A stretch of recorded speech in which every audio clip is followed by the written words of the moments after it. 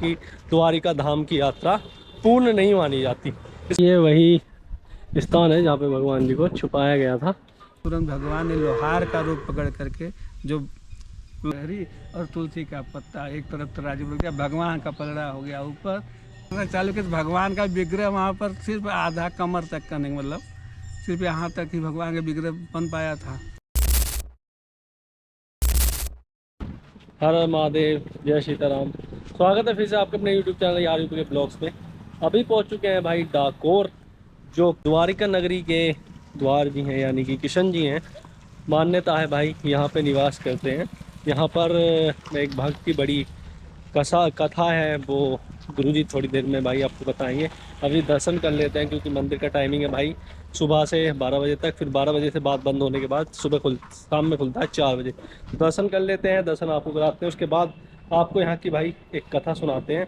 और ये वो धाम है भाई, ये वो जगह है जहाँ पर आप द्वारिका के दर्शन, जो धाम की यात्राएँ करते हैं, लोगों को नहीं पता है, जो धाम की यात्राएँ करते हैं, अगर यहाँ पर आप दर्शन नहीं करते तो वो आपकी द्वारिका धाम की यात्रा पूर्ण नहीं मानी जाती। इसके पीछे कथा है, सुनाएंगे भाई। अभी फिलहाल दर्शन कर लें।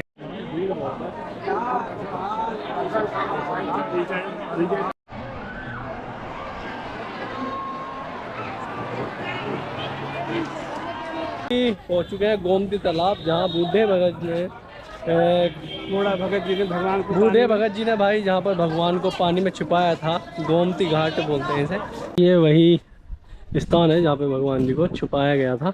चलिए, और ये तालाब भाई आज तक सूखा भी नहीं है, तालाब आज भी वही जल है। चलिए आपको दर्शन कराते हैं।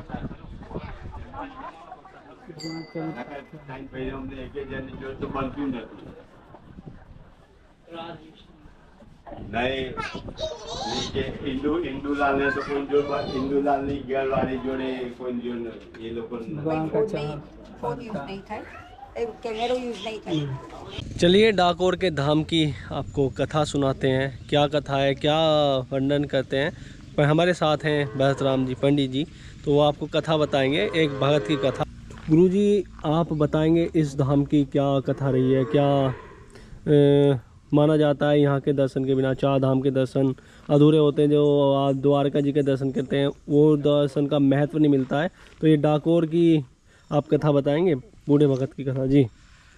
जय सिया राम, जय जय राधे। और बड़ा सौभाग्य का पल है जो कि आज डाकोर नाथ भगवान की कथा हमको कहने का और आप सब भक्तों को सुनने का मौका मिला।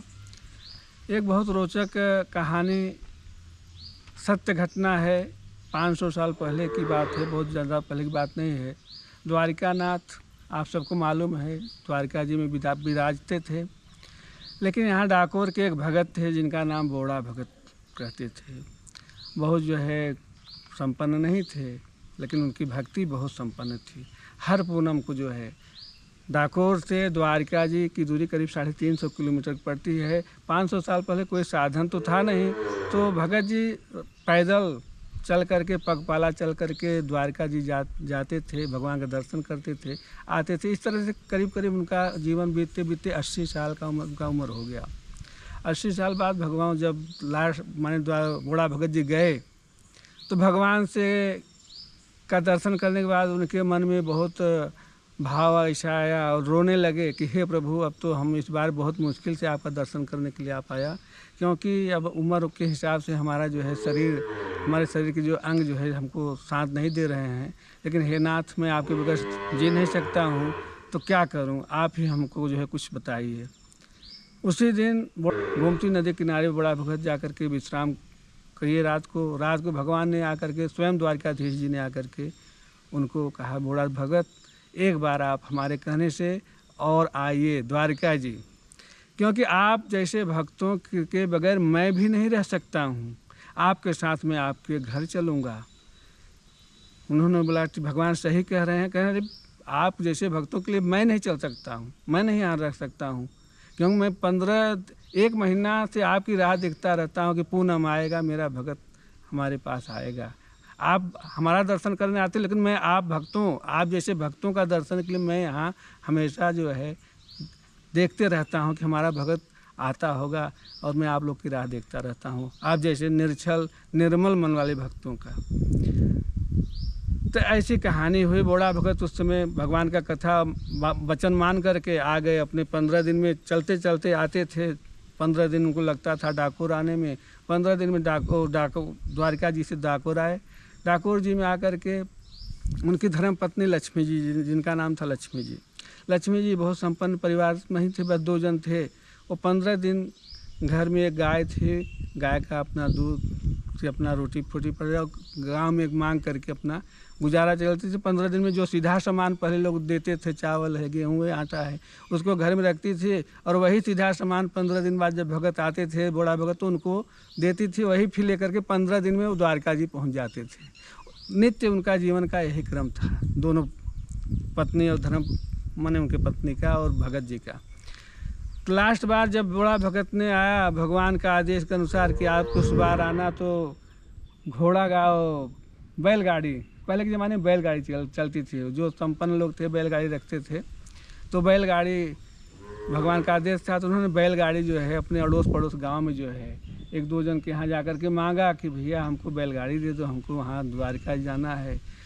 तो उनकी स्थिति देख करके एक पड़ोसी ने, उसके पास 3 बैल था, जिसमें एक बैल जो है किसी काम का नहीं था, मैंने उठ भी नहीं सकता था, बुढ़ा हो गया था।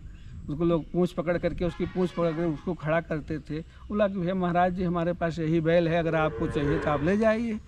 बोले कोई बात नहीं, इससे काम चल जाएगा। दूसरे व्यक्ति के यहाँ गया, उसने भी इसी तरह का बैल जो उसके यहाँ था, ये किसी काम का नहीं था, उसने बोला भगत जी ये है, इसको आप ले जाइए, क्योंकि अभी खेती का सीजन है, वो तो हमारे, अगर मैं दे दूंगा तो हमारा खेती नहीं होगा, अगर आप ले जाओ तो इसको ले जाओ। बूढ़ा भगत बोले ठीक है, राम जी की इच्छा है, केशव हमारे माधव जो चाहते हैं ठीक है। दूसरे के यहाँ गया गाड़ी मांगने, एक टूटी हुई बैलगाड़ी थी। बोला कि भगत जी ये बैलगाड़ी है, अगर आप ले जा सको तो ले जाओ। बोला ठीक है भैया, मैं इसको हाँ ठीक ठाक करके ले जाऊंगा। इस तरह से उन्होंने व्यवस्था कर करके फिर 15 दिन के लिए द्वारका जी के लिए यहाँ डाकोर से चल दिए। चलते चलते चलते चलते थोड़ा दूर गए तो बैलगाड़ी का जो है पहिया जो है, पहिया पुराना वजह होने की वजह से पहिया तो निकल गया, उसका धुरा टूट गया। लकड़ी का धुरा होता था उस ज़माने में, और जब लकड़ी का धुरा टूट गया तो बूढ़ा भगत तो एकदम लाचार, उनके आँख में आंसू आ गए। भगवान तो बोलने लगे हे प्रभु, हे नाथ, अब मैं कैसे आपके पास आऊँगा और कैसे हम आपका वचन पूरा करूँगा। लेकिन भगवान तो कृपा निधान, वो तो सर्वत्र हैं, हर व्यक्ति के हृदय में बसते हैं। धन्य भाग उस बूढ़ा भगत का। तुरंत भगवान ने लोहार का रूप पकड़ करके, जो लोहार कहीं कहते हैं, कहीं वो लकड़ी का काम जो काम करते हैं मिस्त्री आज के ज़माने में, तो उस रूप में भगवान ने आया। बोला अरे दादा कहाँ जा रहे हो? बोले भैया मेरा गाड़ी ख़राब हो गया, मैं द्वारिका जाना था। अरे बोला कि दादा आप परेशान मत होइए, मैं भी यहाँ गांव में जा रहा था, आपको देखा था आ गया, और मैं तो इसका बहुत बढ़िया विशेषज्ञ हूँ जो है। कहने वाला हमें बहुत जानकारी इस गाड़ी के विषय में, क्या परेशान है? बोला भगवान ने दिखाया कि देखो ऐसी ऐसी बात हो गई। बोला कोई बात नहीं, मैं इसको ठीक कर देता हूँ। भगवान कृष्ण की इच्छा मात्र से उनका हाथ लगाए, भगवान ने अपना छेनी हथौड़ा माने जो भी मसूला था और हथौड़ा ये वो लकड़ा, उनके पास थोड़ा लकड़ा भी था, लकड़ा निकाल कर उसमें पंच किए, उसको ठीक किए और गाड़ी एकदम व्यवस्थित हो गई। बोला दादा ठीक है, आप जो है चलिए हम भी गाड़ी बैठ जाता हूँ, आपके साथ थोड़ा दूर चलता हूँ, आगे गाँव में हमको जाना है। बोला ठीक है प्रभु आप बैठिए। भगवान ने उनके साथ बैठ करके थोड़ी दूर की यात्रा की और बैल के ऊपर हाथ रखा। बैल थोड़ा जो चल नहीं पाते थे वो धीरे धीरे चलने लगे।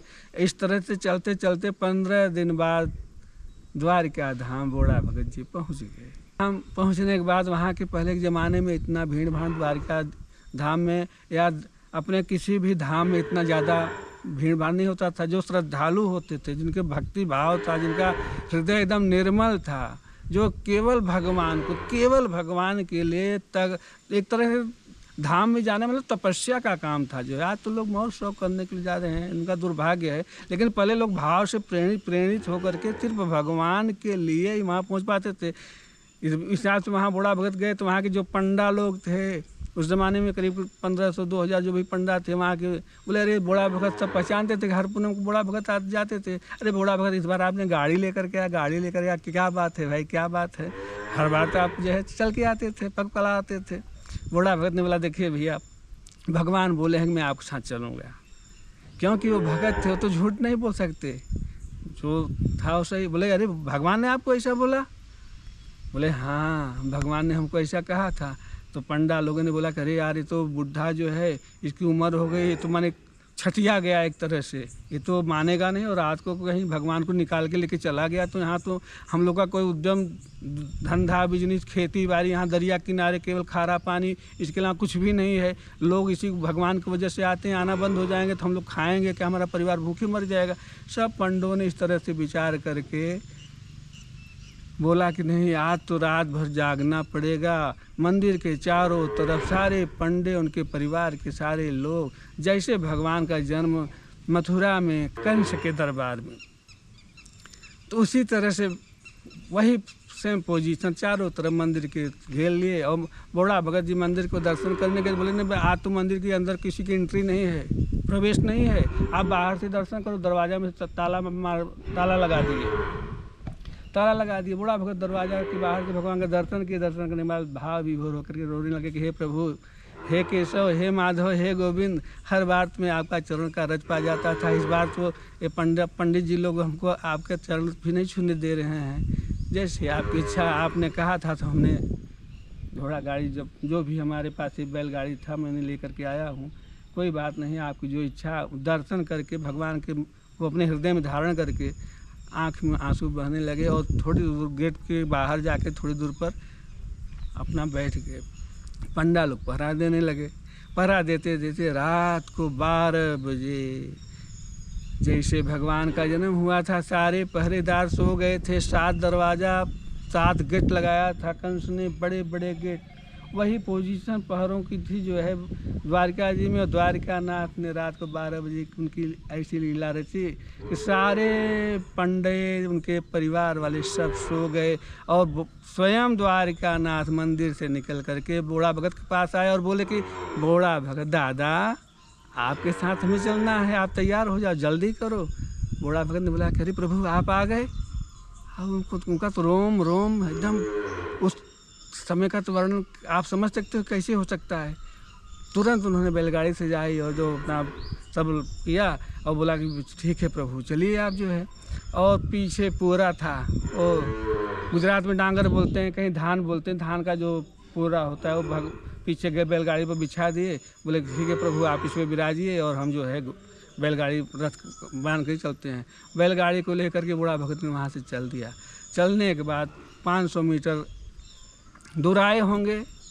उसके बाद प्रभु ने ऐसी लीला रची, बोला कि दादा आप बूढ़े हो, आप सो जाओ क्योंकि रात का समय है, और लाओ बैलगाड़ी हम चलाऊंगा। बोले नहीं लल्ला, आपसे तो गाड़ी नहीं चलेगी क्योंकि ये बैलगाड़ी है, ये तो आपसे नहीं चलेगी। बोले नहीं दादा, बैलगाड़ी, घोड़ा गाड़ी, रथ, ये तो चलाने का मेरा बचपन से अभ्यास है। अभी की बात छोड़ो, जन्म जन्म का अभ्यास है। अरे हमने तो अर्जुन का रथ चलाया था, इतना भीषण युद्ध हो रहा था, ये तो हमारा पुराना अभ्यास है, आप हमको दे दीजिए, आप पीछे जा करके आप आराम करिए।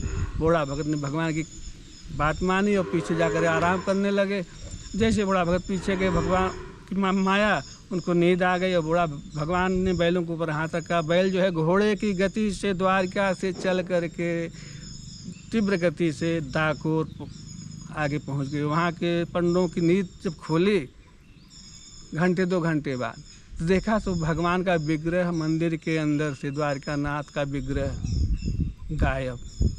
सब लोग अरे भगवान कहाँ गए, भगवान कहाँ है, भगवान। बूढ़ा भगत ले गया, बूढ़ा भगत, सब लोगों ने उस समय लोग जो धारिया है, लाठी है, तलवार है, गणासा है, भाला है, जिसके पास जो था छुरी चक्कू, बूढ़ा भगत को पकड़ो। राम इच्छा से उन्होंने सब लोग ने दौड़ लगाई। वहाँ से दौड़ते दौड़ते दौड़ते दौड़ते, जिसके पास साधन था, कुछ लोगों के पास घोड़ा था, कुछ लोगों के पास जो भी था, दौड़ते दौड़ते वहाँ से 350 किलोमीटर डाकोर तक आ गए पंडा लोग।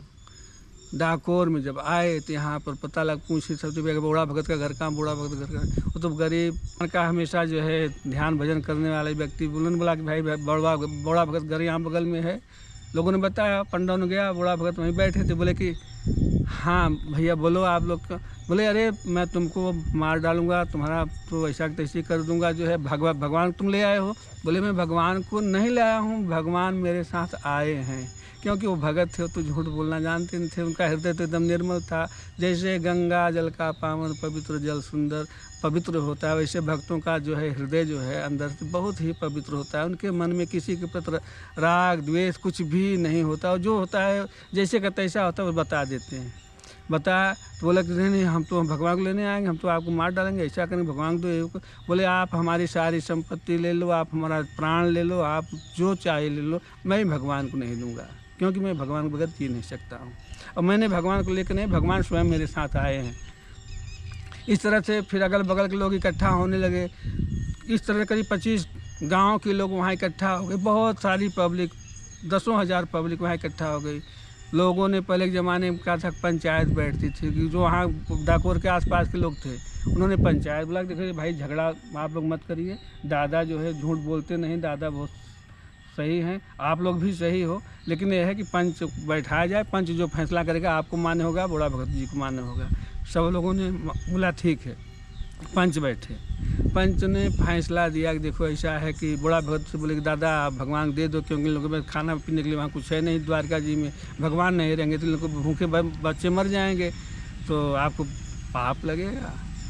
बूढ़ा भगत बोले भैया मैं भगवान को नहीं दे सकता, भगवान के बदले में चाहे जो ले सकते हैं, हमारा प्राण ले लें, हमारा धन तो जो पास मेरे बहुत नहीं है, लेकिन जो भी जगह ज़मीन है 20 2 20 10 20 वो ले लें, चाहे सब कुछ ले लें, लेकिन मैं भगवान को नहीं दे सकता हूँ। पंडों ने निर्णय किया, पंचायत ने निर्णय किया भाई महाराज जी भगवान को नहीं देंगे, इनके बदले में आप चाहे जो ले सकते हो। पंडों ने सब मिल करके बोले कि भाई देखो हमको खाने पीने के लिए धन चाहिए, तो ऐसा करो कि कोई धन की मांग किया जाए, जिससे कि जो है हम लोगों का आगे भविष्य में करने मतलब खाने पीने का हमारी सारी व्यवस्था हो जाए। तो सब पंडों ने मिल करके बोला कि देखिए पंच हम लोग अगर भगवान ने नहीं देंगे कोई बात नहीं, लेकिन भगवान का विग्रह जितना वजन है उतना वजन हमको सोना दे दे, हम लोग चले जाएंगे। पंचों ने बोला बूढ़ा भगत मान्य है, आपको मान्य है, आपको मान्य है, बोले हमको मान्य है। बूढ़ा भगत ने मान्य होकर के गए अपने घर पे, अपने लक्ष्मी देवी धर्मपत्नी के पास, और वहाँ पर ये बात बोली कि लक्ष्मी जी हमको जो है सोना चाहिए, भगवान के बदले में हमको लोग सोना मांगे हैं, और सोना आप तो हमारी लक्ष्मी आप ही हो, आपको सोना देना। लेकिन उतना गरीब इतना वो थे तो उनके पास वो तो धन था नहीं। उन्होंने नाक में छोटी सी फुरहुरी होती है, पहले ज़माने में बहुत पतली फुरहुरी थी, उन्होंने वही निकाल कर दिया। बूढ़ा भगत ने उसको कागज़ में रखा, तुलसी का पत्ता और कागज़ में लपेट कर रखा, और वही लेकर के आए। आज भी डाकोर में वो तराजू तुला जिसको कहते हैं तुला, वो तुला रखा हुआ है। वो जो बैलगाड़ी का पहिया बैलगाड़ी का वो रखा हुआ है, और उन्होंने तुला पर भगवान के सब लोगों ने बोला भगवान कहाँ है, तुम गोमती तालाब आप देख रहे हो बगल में, गोमती तालाब में करीब 10 मीटर अंदर जाने पर भगवान को ही उन्होंने भगवान का विग्रह छिपा के रखा था। भगवान बोले थे कि आप हमको वहाँ छिपा दो, इसलिए उन्होंने पानी जल के अंदर भगवान को वहाँ पर माने कि रखा था। बूढ़ा भगत ने बोला भाई वहाँ पर भगवान है। तब लोग मिल करके करीब 50 सैकड़ों लोग मिल करके अपना जुगाड़ करके जो है वहाँ से किसी तरह से भगवान को जल में से बाहर लेकर के आए। सैकड़ों लोगों ने मिल करके किसी तरह से एक तरफ तराजू के भगवान का विग्रह जो है तराजू पर रखा। जो भगवान सैकड़ों लोगों से उठ नहीं सकते थे, आप बोलिए वो भगवान जो है, बूढ़ा भगत लोग बोले भाई आप सोना लाओ सोना लाओ। तो बूढ़ा भगत बोले भाई तुम्हारा सोना कहाँ आ रहा है? लोगों ने मस्करी किया भाई कहाँ आ रहा है, गाड़ी में रखे हो सोना कहाँ से आ रहा है? बूढ़ा भगत ने अपने बंडी में हाथ डाला और बंडी में से कागज़ की पुड़िया निकाली और सोने की फुलहरी और तुलसी का पत्ता एक तरफ तराजू रख दिया। भगवान का पलड़ा हो गया ऊपर, तराजू हो गया नीचे। पंचायत में जो शर्त थी उसके अनुसार भगवान जो है डाकोर में विराजित हो गए। पंडों ने बोला कि भाई अभी हम क्या करेंगे, फुरहुरी मतलब वो तो कुछ नहीं, उस समय तो फरोरी मतलब कुछ भी उसका कीमत नहीं था, 500 साल पहले की बात है। तो पंडों ने बोला कि अब तो हम द्वारका जी जाएंगे नहीं, यहीं धरना दे करके वहाँ बिना खाए पिए मरना है, हम यहीं डाकोर में बिना खाए पिए भगवान को अनशन करके हम यहीं मर जाएंगे, हम जाएंगे नहीं। क्योंकि भगवान नहीं जाएंगे तो फिर द्वारका में लोग दर्शन करने क्या आएंगे, वहाँ क्या है, सिर्फ समुद्र का खारा पानी है, बाकी वहाँ तो कुछ भी नहीं है, खेती बाड़ी भी नहीं, कुछ भी नहीं है, कोई उद्योग नहीं, धंधा नहीं, खेती नहीं, बाड़ी नहीं, कोई नहीं आएगा। तो पंडों ने एक दिन वहीं डाकोर में बिना अन्न जल का रहे, दूसरे दिन रहे, तीसरे दिन भगवान ने रात को आके सभी पंडों को एक साथ में दर्शन दिया और बोला कि देखिए आप लोग यहाँ आत्महत्या मत करिए, बिना अन्न जल का मत रहिए, आप लोग चाहिए डाकोर द्वारका जी में, और वहाँ पर 1 साल बाद अगर उसी स्थान पर आप लोग खुदाई करेंगे, मेरा यही विग्रह द्वारकाधीश का जो विग्रह डाकोर में आज विराजित है, द्वारिका नाथ का जो पूरा विग्रह आज डाकोर में विराजित है, वही विग्रह भगवान बोले कि मैं वहाँ पर दूसरा निकलूँगा, हमारा महत्व उतना ही रहेगा, आप लोग 1 साल बाद वहाँ खुदाई करें। लेकिन पंडे लोग गए यहाँ से, सब लोग बोले भैया ऐसी बात हमने देखा सपने में, बोले भैया हमने ऐसी बात सपने में देखा, सब एक दूसरे से बात बोले कि भैया हाँ ठीक है, वो तो ठीक है, भगवान तो मतलब भगवान सही बात है, हम लोग को ऐसी बात प्रेरणा दिए हैं। सब लोग ने गया द्वारका जाने के बाद 6 महीना बीते बीते पंडितों का हाल जानते हो ना, लालची तो भाई लालच होती है। 6 महीना बीते बाद वो लोग फावड़ा ले करके वहाँ खुदाई करने चालू कर दिए।